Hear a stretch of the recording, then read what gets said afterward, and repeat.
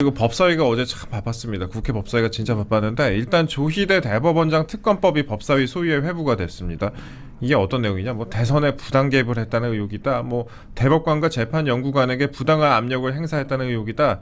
내란에 가담했다는 의혹이다. 뭐 이런 식으로 의혹이 있다고 그래서 수사를 한다라고 하는데 그 민주당과 조국당이 이제 검사를 추천을 하고 있는데 이제 검사가 지금 20명 정도 된다고 해요. 특검 대상이 한 20명 정도 된다고 하고 이게 예전에 최순실 특검 때 검사랑 거의 비슷하다. 그 규모랑 비슷하다. 그렇게 말씀을 하고 있습니다. 얘기를 하고 있고 그러니까 저는 법관 출신으로서 변호사님께 또 여쭤보고 싶은 부분이 그 수사 대상이나 규모 나 내용을 접하고 또 어떤 생각이 드셨는지 이건 법관의 마음은 법관이 제일 잘 알잖아요.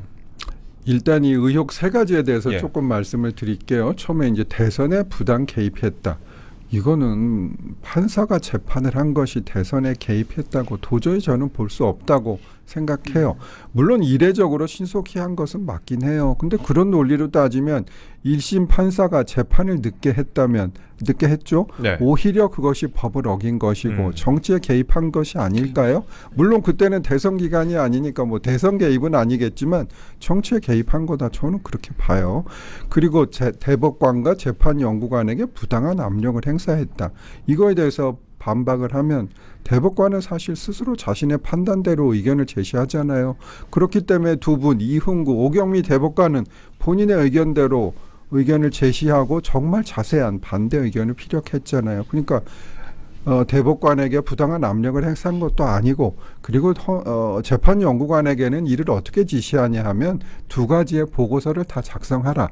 이렇게 이제 하는 겁니다. 예. 그게 어떻게 부당한 압력이 되겠습니까? 아하. 또 이제 마지막 내란에 가담했다. 예. 이건 도대체 무엇을 근거로 대법원장에게 내란에 가담했다고 하는지 이해가 안 됩니다.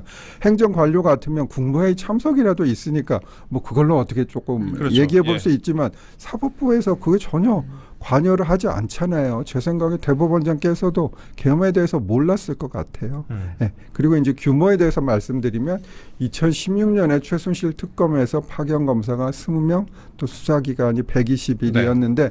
수사 기간이 약간 짧긴 하지만 거기에 맞먹는 정말 엄청난 규모입니다. 어차피 또 한다고 해봤자 연장할 거 아니에요. 수사 기간은. 그러겠죠. 또, 예.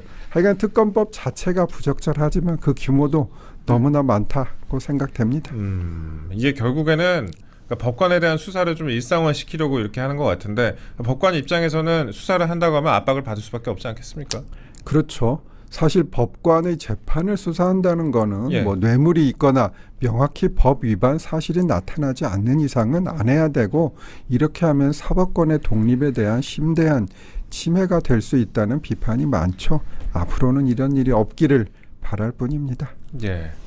참 어제 그런데 법사위에서요 또 대법원장과 대법관들에 대한 청문회도 있었습니다. 그러니까 조희대 원장하고 이제 대법관들이 모두 불출석하긴 했습니다. 그런데 정청래 위원장이 대법관 이름을 한 명씩 열거를 하면서 이제 두 분 이름은 열거를 안 했더라고요. 그렇죠. 근데 그 두 사람을 예. 사실 청문회에서 불러야 되는 거 아닌가요? 그래. 난 그것도 좀 궁금하더라고요. 민주당에서 왜 안 불렀을까요? 그럴 것 같습니다. 부르려면 다 부르는 게 더 진실을 파헤치기 좋지 않겠습니까? 그 10분의 이름을 열거를 하면서 법적인 조치를 예고를 했습니다. 일단 청문회 불출석 사유를 대법원장이 제출을 하셨잖아요. 네. 그건 좀 알아두시는 게 좋을 것 같아요. 이렇게 청문회 대법원장이나 대법관들이 나가는 것은 사법권의 독립을 규정한 헌법 규정 위반이다. 뭐 당연하고요. 또 합의 과정은 비공개하게 돼 있어요. 법원 조직법에. 근데 거기 나가면 그 얘기를 해야 되잖아요. 그래서 또 나갈 수가 없다. 또 재판에 관해서는 국정조사를 하면 안 된다는 국정감사 및 조사법 그리고 국회법 규정에 반한다는 거. 이거 다 뭐 적절한 논리입니다.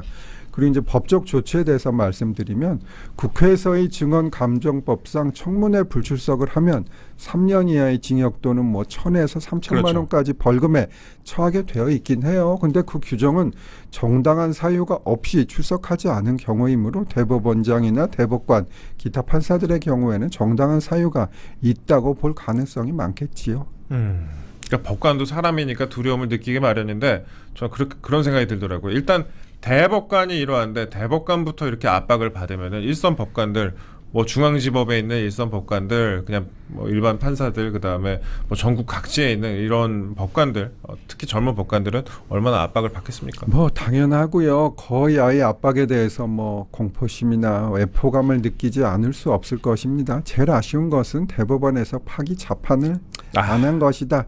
지금도 그 생각이 듭니다.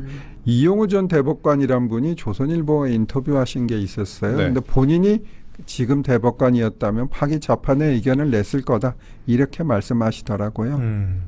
그때 아마 대법원에서는 이런 식으로 상식적인 판결을 하게 된다면, 판단을 하게 된다면 어느 정도 사회에서 나머지 처리가 이루어질 것이다라고 생각을 했을 것 같은데, 그것과 좀 정반대의 일들이 좀 일어나고 있어요. 이렇게 입법적으로 압박이 이어지기도 하고, 그 다음에 이재명은 면죄, 그 다음에 그 조희대는 그 특검법, 면제법, 특검법, 이런 식으로 좀 세상이 이런 식으로 굴러갈 것까지는 생각을 못했을 것 같습니다. 그렇죠. 예. 못하고 어떻게 보면 조금 순진한 기대를 하셨던 게 아닌가 네. 대법원에서 그런 생각이 지금 와서 듭니다.